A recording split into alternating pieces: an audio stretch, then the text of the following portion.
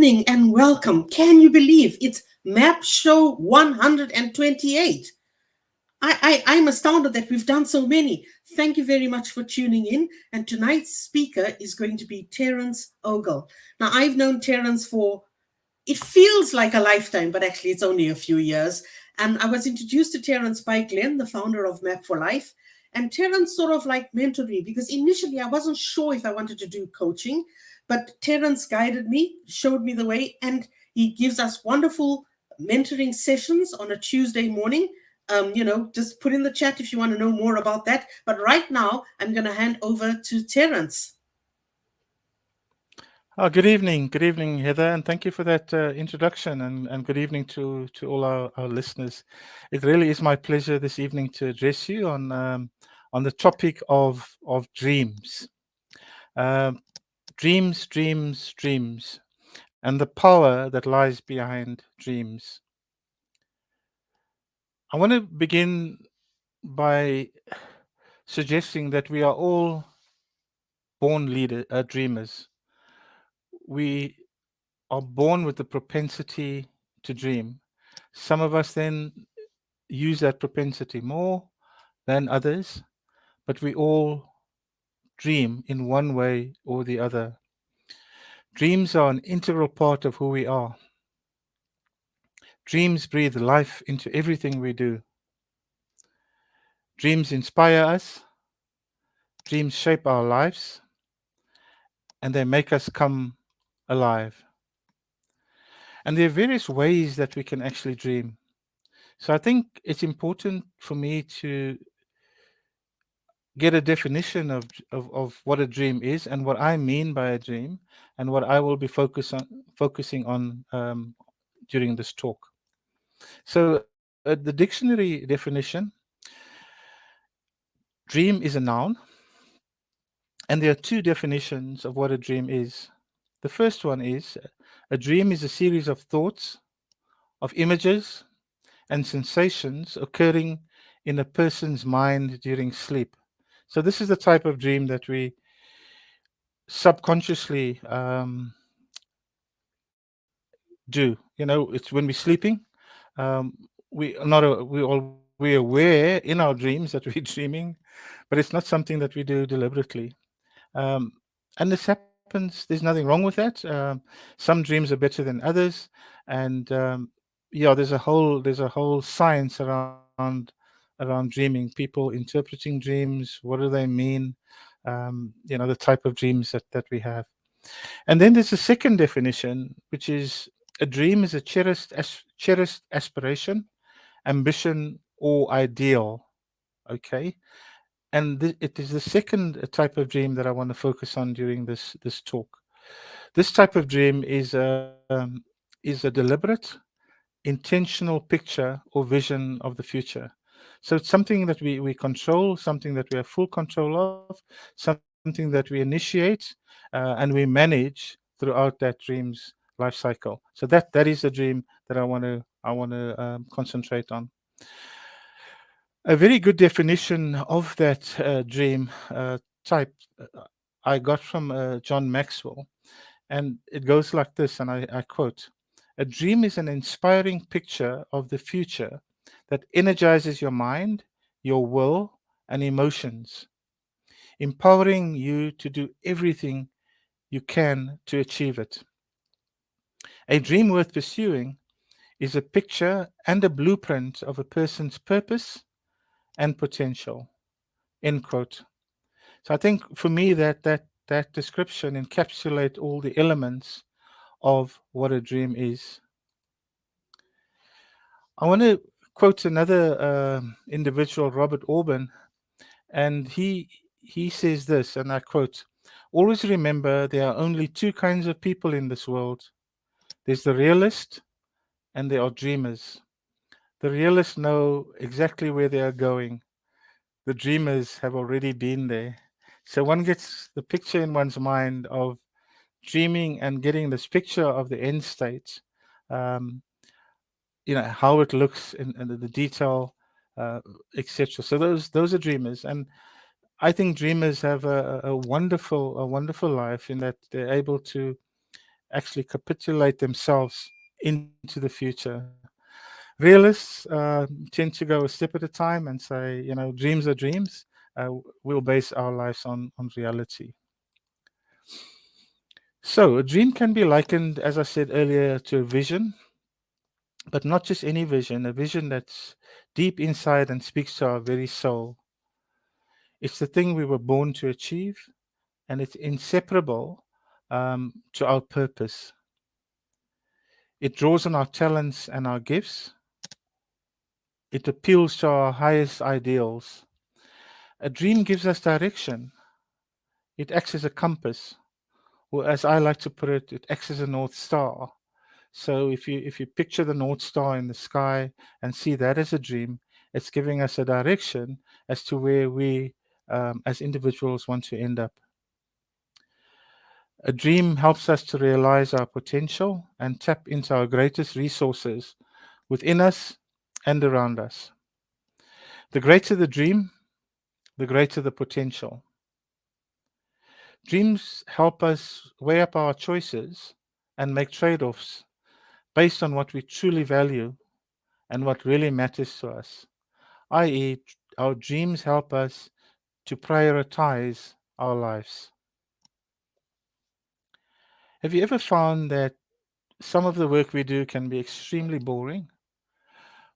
But if that particular work that's boring is suddenly linked to and supported by a dream, it suddenly becomes vibrant, not because of the task itself, but because of the dream that will result as a result of that activity that's leading up to that dream.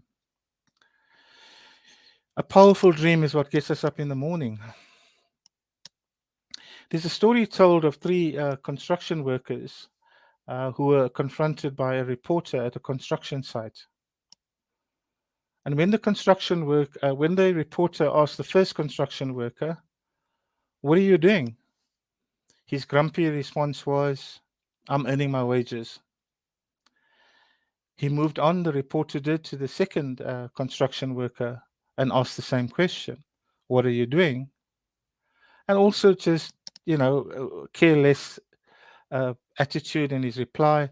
He said, "Well, you can see I'm pouring concrete." He moved on to the third construction worker and asked the same question.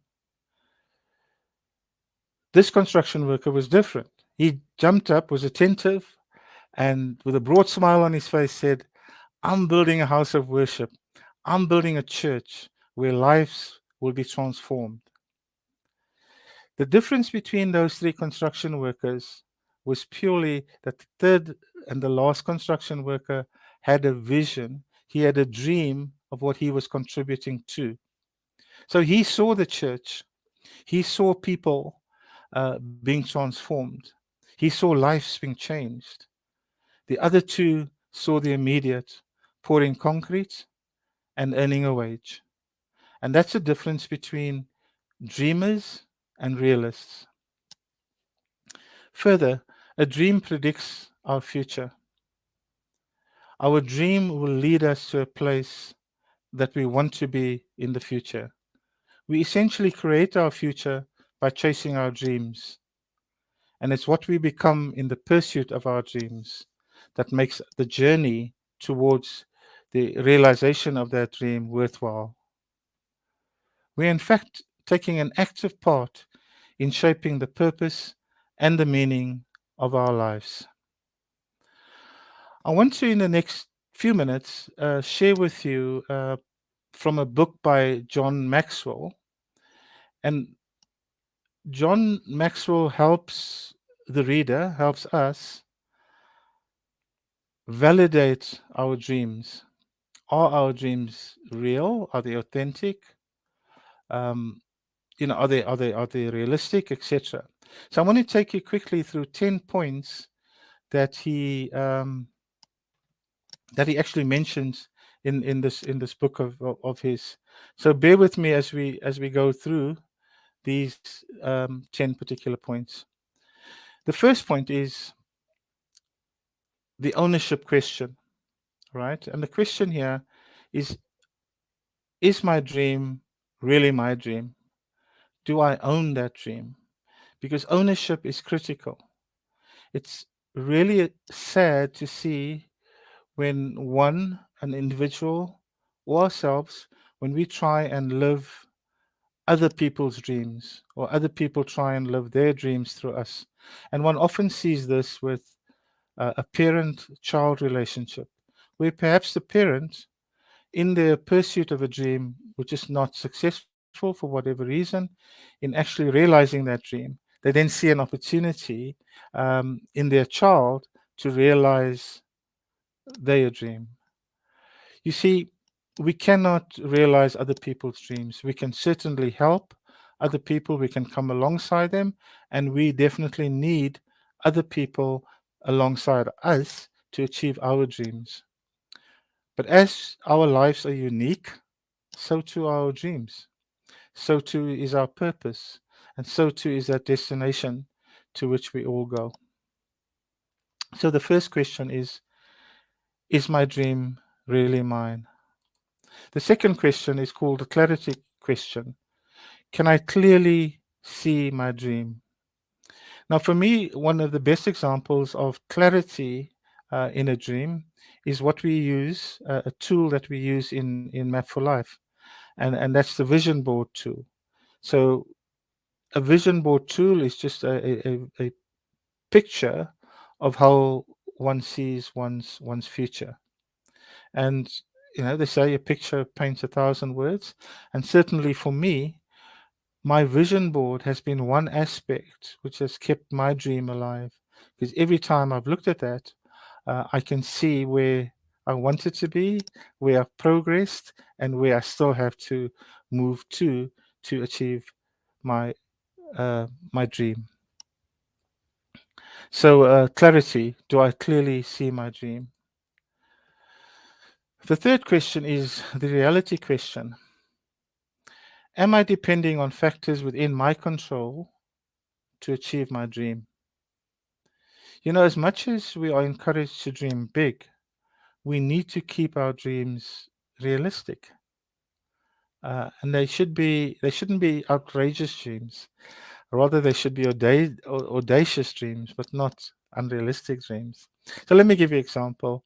If as a youngster, I always dreamed to be a Superman and fly from building to building, um, and just fly around the world in my cape, that would be unrealistic.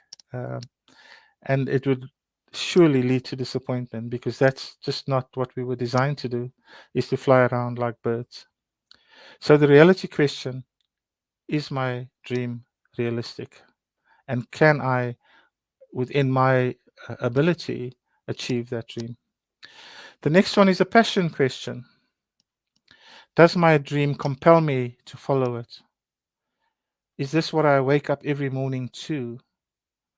Is this what I go to bed with? That thought of my dream. And, how consistent has my dream be?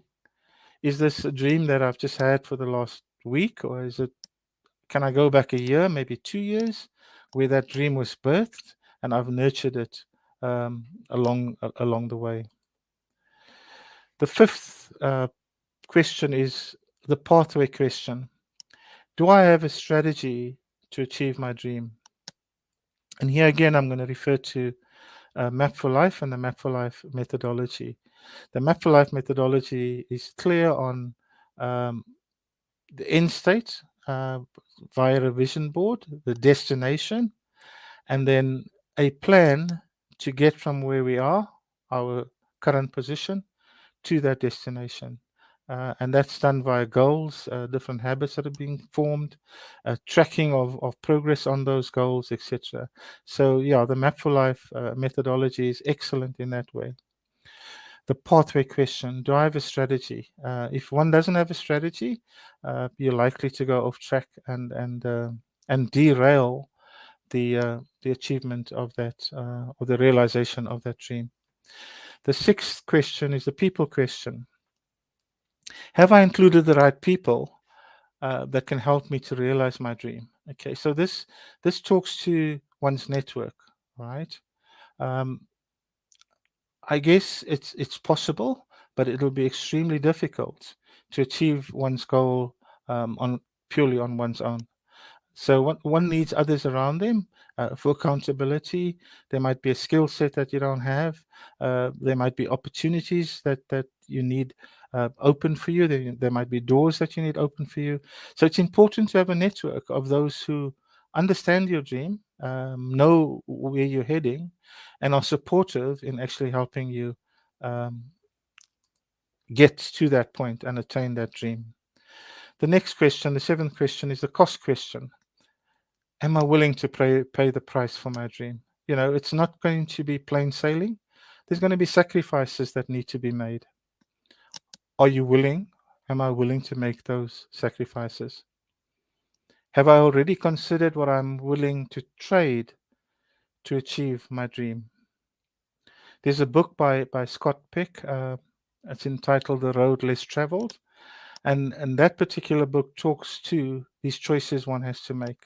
Um, Foregoing immediate gratification for long-term gain and achievement of one goals. So there's a trade-off, but there is a cost in the journey to realizing one's dreams. The eighth question is a tenacity question. Am I moving closer to my dream?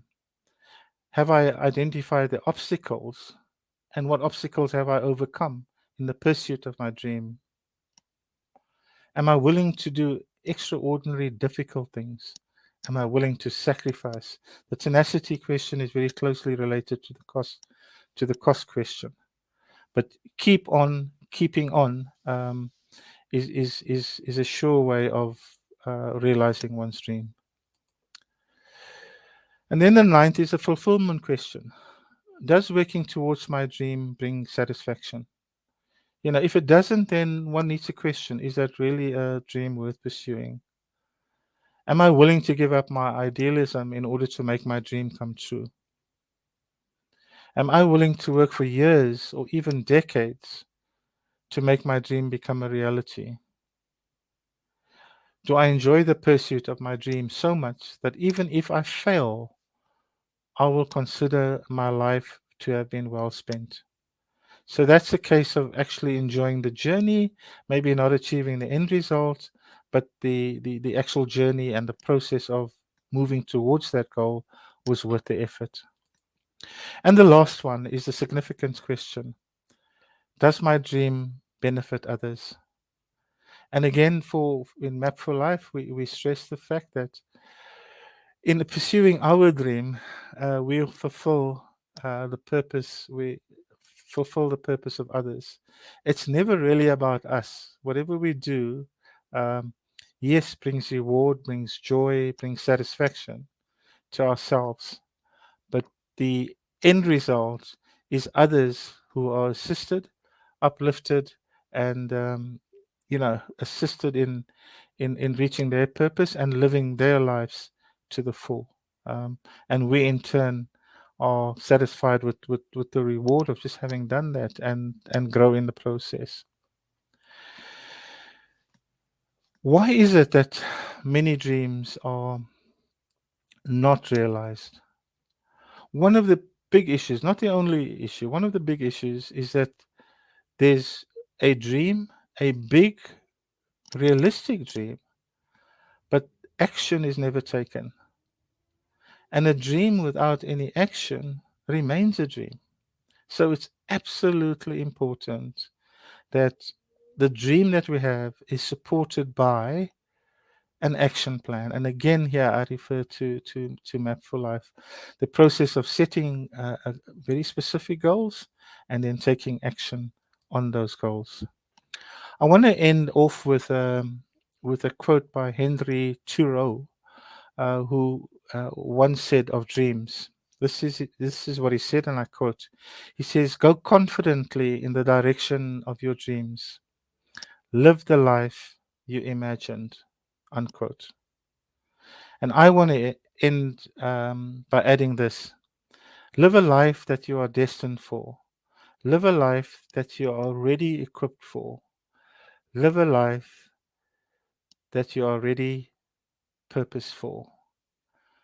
Dream big, act on those dreams, and you would have achieved your purpose. I thank you for listening. Thank you, Terence, so much for that wonderful talk. Um, a song comes to mind, dream, dream, dreams, dream. That's what I was just thinking of while you were talking. We're going to discuss Yeah. Terence's talk, and I'm going to bring in Haley, um, who's also going to be in on the panel Hello. tonight. And welcome, Haley. So, Terence, you were talking about dreams, right? Yes. Um, and you mentioned the Yes. word Yes. intention, right? Um, so, Haley, I'm Yes. thinking when you're dreaming, you've got your head in the clouds, right? Isn't that a negative statement to have your head in the clouds? I think it can be. I think it can be. I think if we keep them there and don't attach them to some goals, they definitely can be negative. Yeah, so we've sort of like got to bring it down and, focus on it so that we are not just mindlessly dreaming. So it's that dreaming with intention that Terence was talking Absolutely. about. So, Terence, a Yes. dream Yes. without passion. I mean, that's a horror, isn't it? No, Is it a dream? absolutely. Then is it a dream? There's no passion? Yeah, it's more like a drag. It's like Yeah, like I said as well. A dream should be something that you. It's tough, right? It's tough, but it should bring joy in the process. Okay, so I would say a dream without passion. Yeah, I would question whether that dream is going to be realized or not. You know, yeah, it's one of the ingredients of a good dream is passion. And if you do that test that John Maxwell suggests, and you're honest with yourself, you'll soon be able to validate whether your dream is actually a dream or your dream specifically. It could be somebody else's dream, something that you're not passionate about. Somebody else could be, right? But the short answer is no. I don't believe a true dream can not have passion. So you spoke about ownership. Is my dream my Yes. own? So Haley, I'm thinking now, like I'm thinking of somebody who's been, as a child, been told, "This is your dream. This is what you got to do. This is what you're good at. This is where your life is going." And you constantly told that, and you constantly told that. By the time you finish school, that's what you're thinking. That is my dream. Lo and behold, what happens when you suddenly hit 40 and you think, "Why am I doing this?" absolutely, 100%. And I think that's almost an epidemic in raising our kids is that we so often place upon them our unrealized goals and our unrealized Mhm. dreams, hoping that they would be able to fulfill them.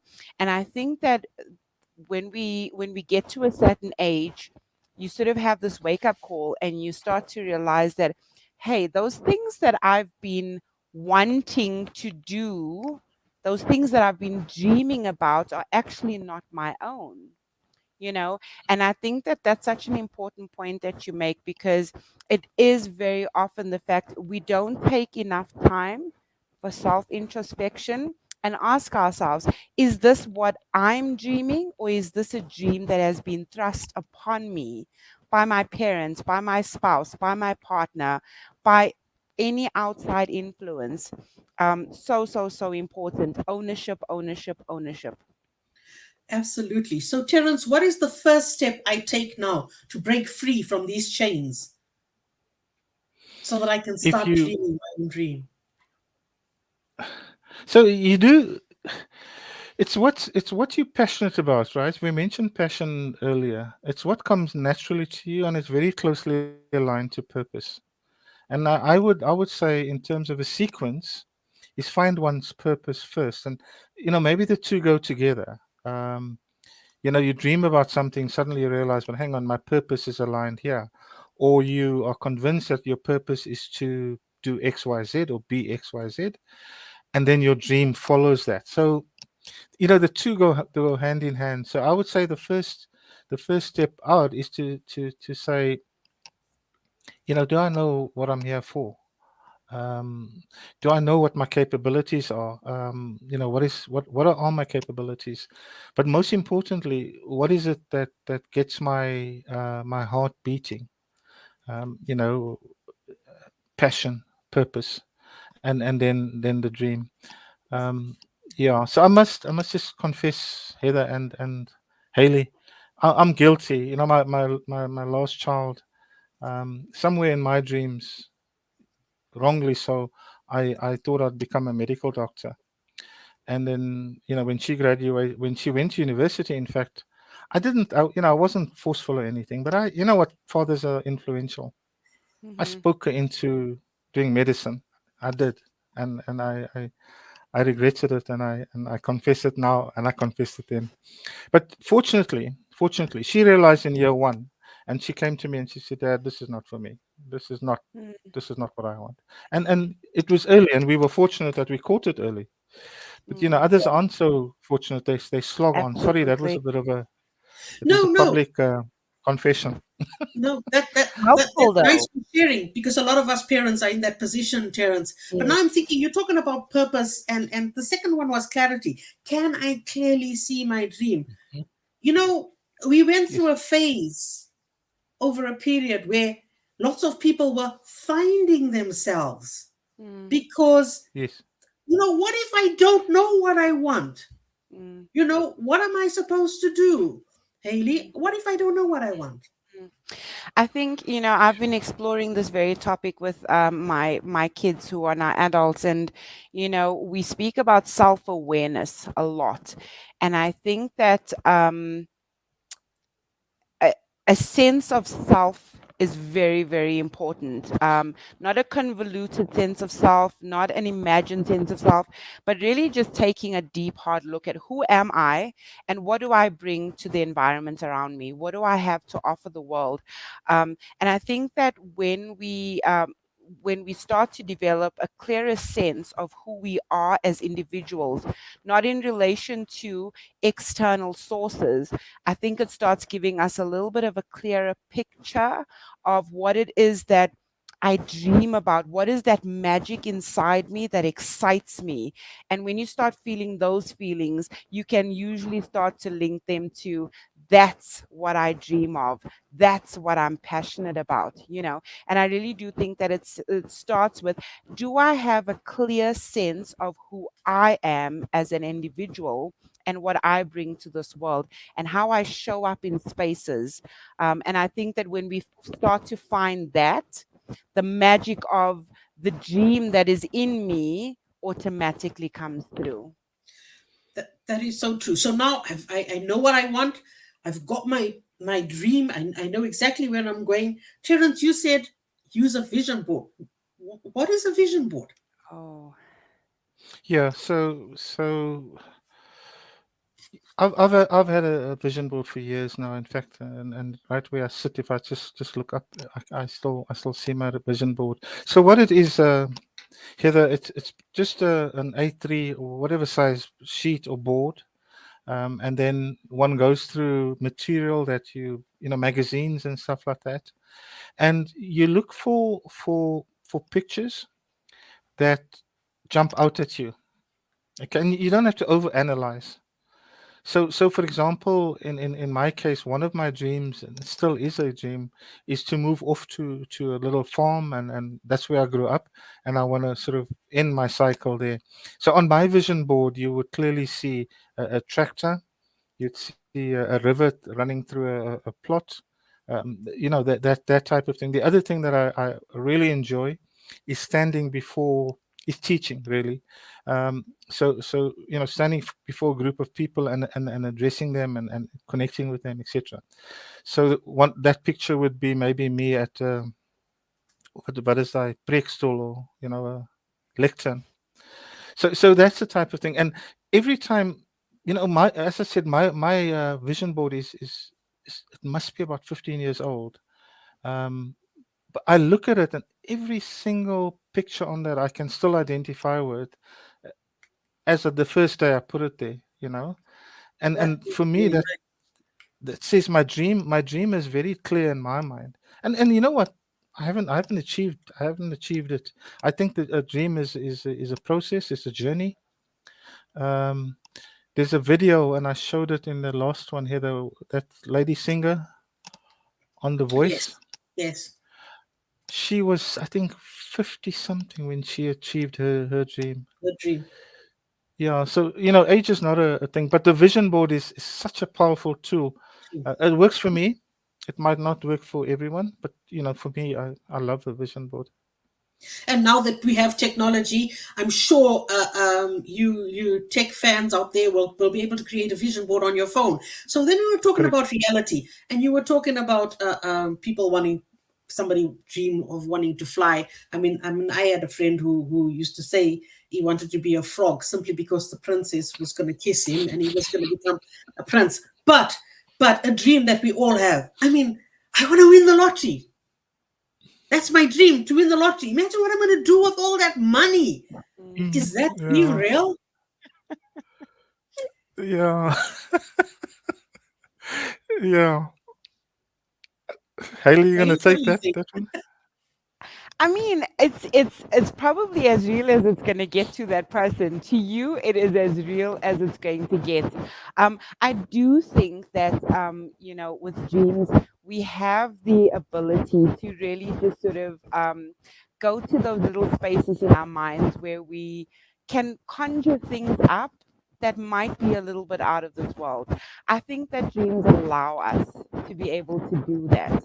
Um, I think, though, that the reality is often the thing that we lose sight of, or we lose focus on. Um, I would personally dream as big as you can. I encourage my kids, if you can see it in your mind's eye, you can achieve it. You go for it, because I don't want anybody to put any kind of constraints to the thing that I have dreamt up in my mind. However, that business of being self aware comes into play, because then I have to make sure, does my reality reflect what I'm dreaming? Am I going to be able to achieve this dream realistically speaking? And so I think sometimes it's okay to allow ourselves to get into the magic and get our heads in the clouds a little bit on some things. Um, but I do think that we have to have a sense of, are these things within my control? You know, Mm, so Yeah, yeah, that's yeah. just what I would put forward. Now we were talking about passion. That was the fourth point. Passion. So, like, I was thinking, like, how do I gauge um, my passion? And then I thought back to Christmas as a child. mm, mm, If I'm feeling that, then that's got to be it, right? If I mm, can't wait to mm, wake up every morning, and then we bring in your mm. your construction workers, and it's their perspective of what they were doing. Maybe if the other two had more passion, they would actually work better and feel better about what they're doing. And the fifth thing was strategy, and that's sort of like a plan. Correct. And a lot of times throughout your talk, Terence, you were saying Map for Life has a tool. Mm, What sort of tools do you have that can help us get the mm. strategy in place, get the vision board in place? What Yeah, tool can I get? yeah. So the Map for Life methodology has those 5 steps, which are all clearly documented in various forms. One of them being the blueprint, which is the main book that is used. Yeah, that's one that comes out every year. I mean, it's very detailed in terms of capturing my purpose. yeah, capturing my in the 8 areas of my life, my current position. So it's very very very detailed, and it's it helps us take our dreams, which I think Haley alluded to, are out there. And yeah, absolutely. You should dream as high as the clouds if necessary, but you also need to bring it down to reality. Practically, how am I going to do this? Okay, so, and it's not a leap. It's not normally a leap. It's a day by day journey. Where you get up and you say, I've done this, and suddenly you find this mountain that you've been climbing. You're on top of the mountain, and wow, you're looking down at the valley below. Progress. So I've been using Map for Life for since 2005, um, and yeah, I'm convinced that it's one of tools out there that one can use. But yeah, I have experience with the Map for Life methodology, and I would certainly recommend it.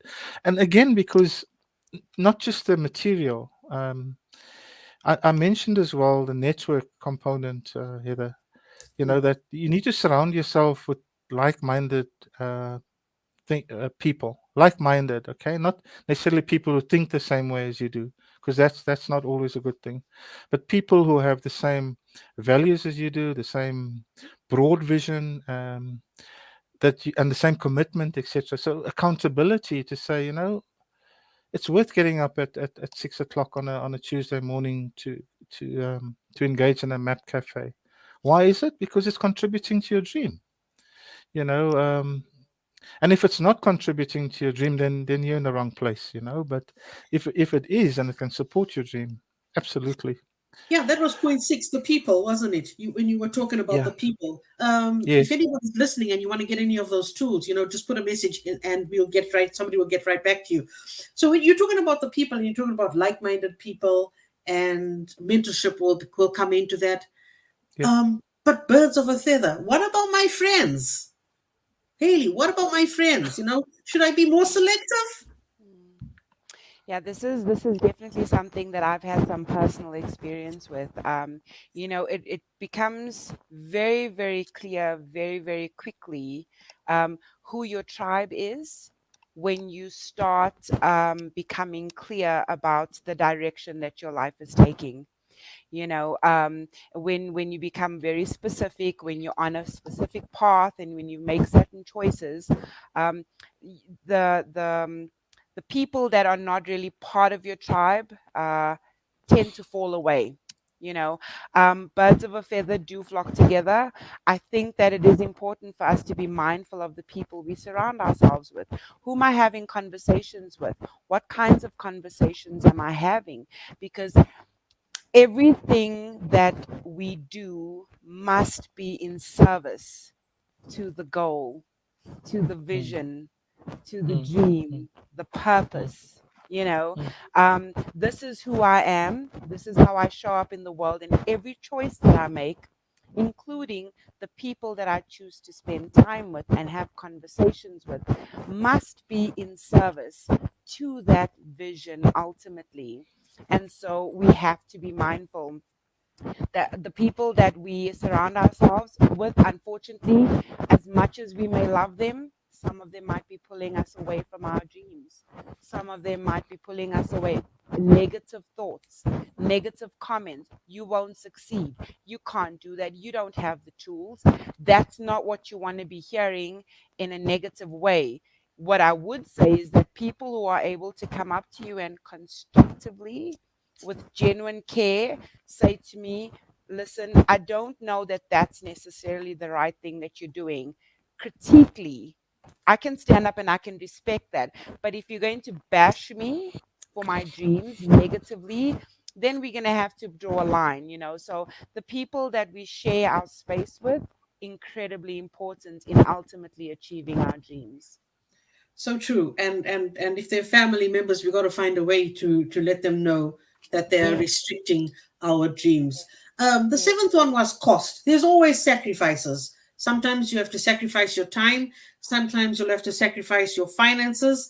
And I remember when The Secret was a big thing, a lot of people just thought that they have to know what they want, they have to believe it, and they just manifest it. They forgot that the law of attraction actually has the words action in it. Eight, tenacity. So, how do I monitor my progress when I'm on this journey towards my dream, Terence? I mean, I'm focused. I'm working at it. How do I monitor my progress? Yeah. Yeah, very good question, Heather.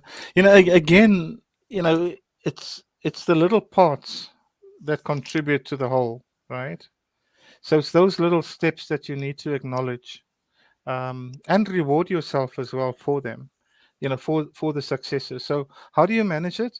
I would say, you break it down into from the dream. You have the goals that support that dream, and as you achieve those goals, you give yourself a tick and a tap on the back. You're making progress. I also think, that just the self satisfaction of saying, "Wow, I've crossed that hurdle," um, is one that is so rewarding that it feeds on itself almost. So yeah, absolutely. I think you need to stick when you want to find progress. The main one is stick to the achievement of goals, and don't be disappointed when you don't make the cut. Just keep on going.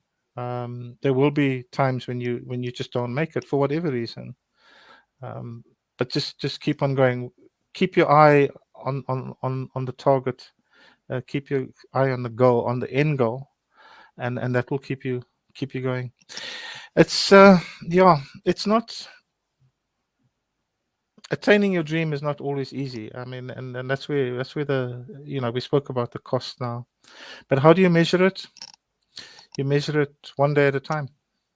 Yeah, So absolutely. the ninth point was fulfillment. It's about the journey, right? So, Yep. Haley, I'm thinking like the fulfillment. What sort of emotions am I feeling when I'm Yeah. feeling fulfillment? Yeah, so before I even I thought about this when I read through this, I thought about it and I thought, dreams, fulfilling dreams really does create, or having dreams even create such a happiness within. There's a joy, almost a childlike joy that comes from just thinking about these dreams that you have, and the sense of fulfillment that comes. I think there's a uh, a, a a deep sense of self pride.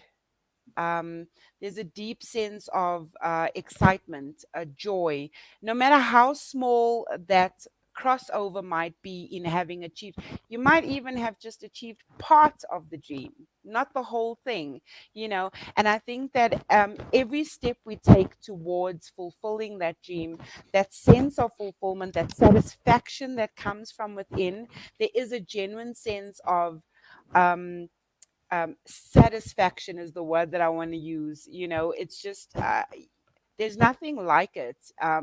There's a sort of a relaxing of, oh, I've accomplished that. Okay, now on to the next thing, and then it spurs you on and it motivates you to keep going because we're ever evolving. We don't have a dream, fulfill the dream, and then we sit back and okay, now I can die. I've achieved my dream. It's ever evolving and it's ever growing, and it's usually over the span of your lifetime. So I think that little bursts of joy, just sort of feeling a deep, deep sense of self pride, of having achieved Mm, a step in the right direction, that you're moving mm, mm. towards your goals through this magic pathway of your dreams. So it's evolving, it's growing. You're making more Yeah. dreams as you go along because you're starting to see a bigger picture. I think Yes. Then so. the tenth one Yes. was significance. Now, wait a minute. Why should my dream benefit others? Terence, it's my dream. It's for me. Why must it benefit other people? Yeah. I love that. That's a very good question. And yeah, I if the satisfaction one gets, right, from helping someone else move forward and achieving their dreams is so big. It really is so Mm, big. And you know, Heather, when we talk again in Map for Life, when we say our purpose is always about others, it's less about us. It's not ever about us, right? Because we are part of that. We achieve a purpose, but ultimately we find that in achieving our purpose, we've served those around us in some way or the other. And it's really about you know, if I bring it back to Christianity and biblical principles of, you know, it's better to give than to receive, and all those. I don't want to quote you know, that many scriptures, but I think the theme that runs in the Bible is that it's really about others without, and I think this is maybe where we sometimes miss it, without neglecting your own needs. You know, it mustn't be my needs at the expense of yours. The best combination is I win, you win. You know, I win, you win, and I've taken Win-win. people along with me. It's a win-win. But you know, if can you if I said to you, Heather and Haley, that's a selfish dream, what would it sort of conjure up in your mind if I said that? Is there such a thing? Yeah, there is such a thing as a selfish dream, right? I guess there could be, yeah. I think sometimes when people want to climb the corporate ladder and they're going to stand on anybody else to get there, Yeah, yeah, maybe. yeah, Well, I think, yeah. if I can just add to what you've said, is the sense of the significance of, does it benefit others? I think we are created. Um, in Zulu they have a saying, Ubuntu. you know I think as human beings we created with the sense of togetherness. And I think that we get a deep sense of gratitude and fulfillment, and when we do something in service of others. So even our dreams, when they are in service to others, even if not necessarily the fulfillment. I had this thought, in that, sometimes having a dream can be the difference between drowning and swimming for somebody else, because people are watching what we're doing. And if somebody sees me fulfilling and living out my dream through the fear, and with courage, and through the discomfort, and through the failure, and persevering, that's helping people. That's in service of other people, being able to say, hey, if she can do it, I can do it. And so I've Mm, sparked a mm. dream in somebody else. And so I kind of had that perspective about it. And so I definitely think that, everything that we do on this earth should be in service to people around us. Absolutely. Just going back to Terence and talking about Susan Boyle. I mean, how many people Mm, over the age of 50 thought, wow, if she Absolutely. can win it, I can win it too. And I want to thank you for your talk Absolutely. today, Terence. I want to thank you, Haley, for it's a being on the pleasure. panel. And I want to thank the audience for listening today. And I'm going to leave you with the quote that Terence mentioned early. Remember, a realist knows where they are going. Dreamers have already been there. Wow. Thank